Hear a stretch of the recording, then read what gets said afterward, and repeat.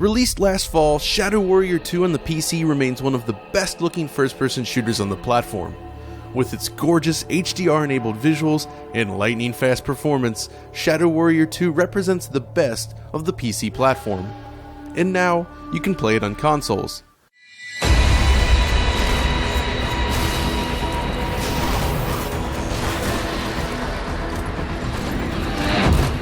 Yes, Shadow Warrior 2 is here on Xbox One and PlayStation 4, but is this how you'll want to play it?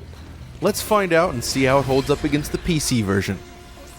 But first, just as a quick refresher, the original Shadow Warrior was also released on these two consoles all the way back in 2014.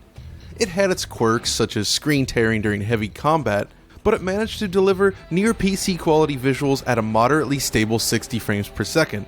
For the inevitable sequel, it seemed like the only way to go was up. But here we are almost 3 years later, and Shadow Warrior 2 feels like a step back in some ways. It's still a beautiful game, mind you, perhaps even one of the best looking shooters on consoles today, but it has a fair share of problems that keep it from reaching its full potential.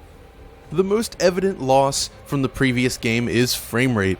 Now, with visuals this nice, it's not entirely surprising that 60 frames per second was off the table, but after seeing the impressive results in games like Doom or Battlefield 1, we had some remote hope here, especially when the developer expressed the intention of hitting 60 frames per second on consoles back at Gamescom in 2015.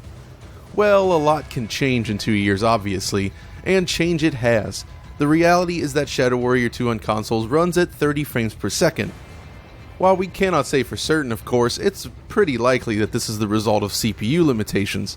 The game scales well across cores on the PC, but places enough of a demand on each core that consoles might not be able to cope. So while this is certainly disappointing overall, it should be noted that the 30 FPS target is at least adhered to. The game manages to run consistently on both consoles. Frame pacing is correct and the target is maintained well here.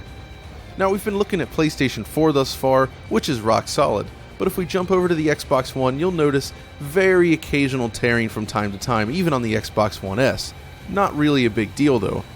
And in fact, it was likely the right choice to cap the game at 30 FPS here, but that doesn't really make it any less disappointing. Still, when combined with the excellent motion blur, the game manages to feel relatively smooth.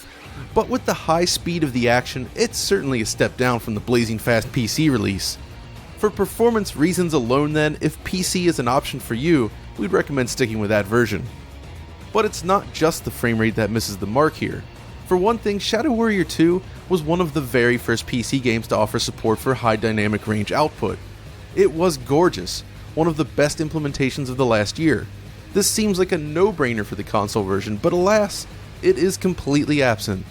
Considering that all available consoles aside from the original Xbox One support HDR, this feels like a huge oversight. Which then brings us to the PS4 Pro, and once again, the Pro has been stiffed. There is no support for Sony's updated console here. You get exactly the same experience on PlayStation 4 Pro as you do on a standard PS4. With the Pro having been on the market for the better part of 6 months now, it seems ridiculous that so many games are being released without any support for it at all. Fuck off! After the recent incredible implementation of PS4 Pro support in the surge from Deck 13, we were feeling hopeful again, but alas, here we are with another game lacking support for Sony's new console, and that is hugely disappointing. Next up are the textures, and this one is interesting.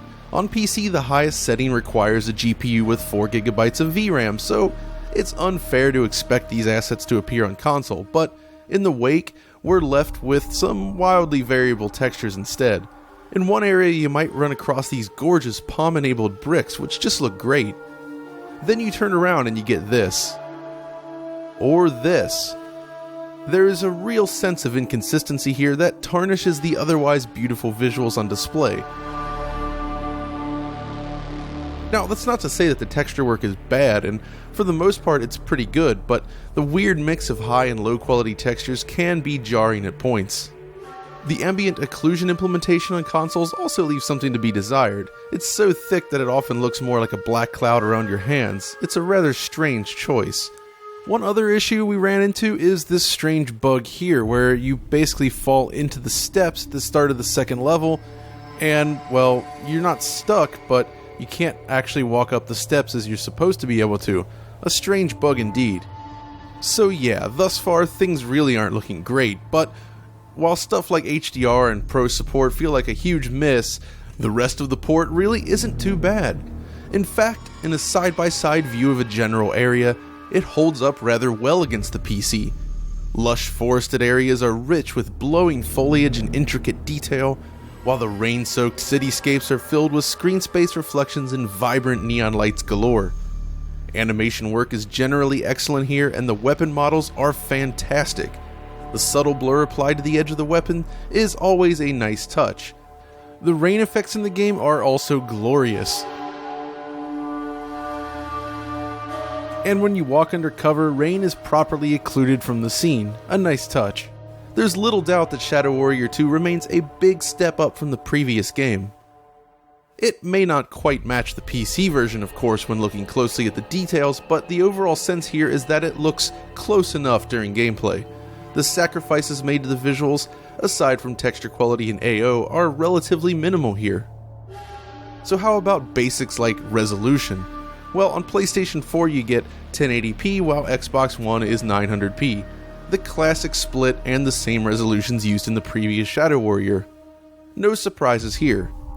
Even anisotropic filtering is set to a reasonable level on both machines. And how about PS4 Pro? Wait, did I already mention that? Yeah, no improvement. Okay, so one positive feature worth mentioning is the options menu. The previous game was one of the first console titles to offer full FOV adjustment, and Shadow Warrior 2 is no exception. On top of that, you can toggle various other graphical effects. These are great forward-looking options in a console release, and it's very nice to see them here. Loading, on the other hand, is not especially great, taking nearly a minute on both consoles to load in each new mission. Thankfully, you can almost instantly warp back to the game's hub world, since it appears to remain resident in memory. Even better, when you die, there's no waiting at all. Respawning is instantaneous. So really, waiting only becomes an issue between missions, and since each mission is rather long, it's not really a huge problem. In the end, how good this port is kinda depends on your own expectations and hardware. If you're running a standard Xbox One or PlayStation 4 console on a 1080p display, the largest complaint really is the frame rate, which, despite being lower than we'd like, is at least mostly consistent. The lower resolution textures and ambient occlusion issues are visible, but not really deal breakers either.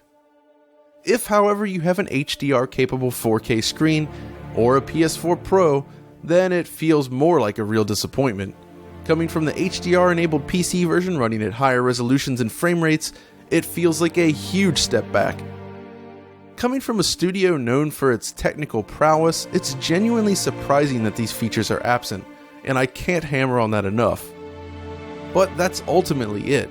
Shadow Warrior 2 is a good game, and still a beautiful one on consoles, but Flying Wild Hog has not really met expectations. The port is merely good, not great. If you want to play it and you have a good PC, or even just a decent PC, we would recommend sticking with that version.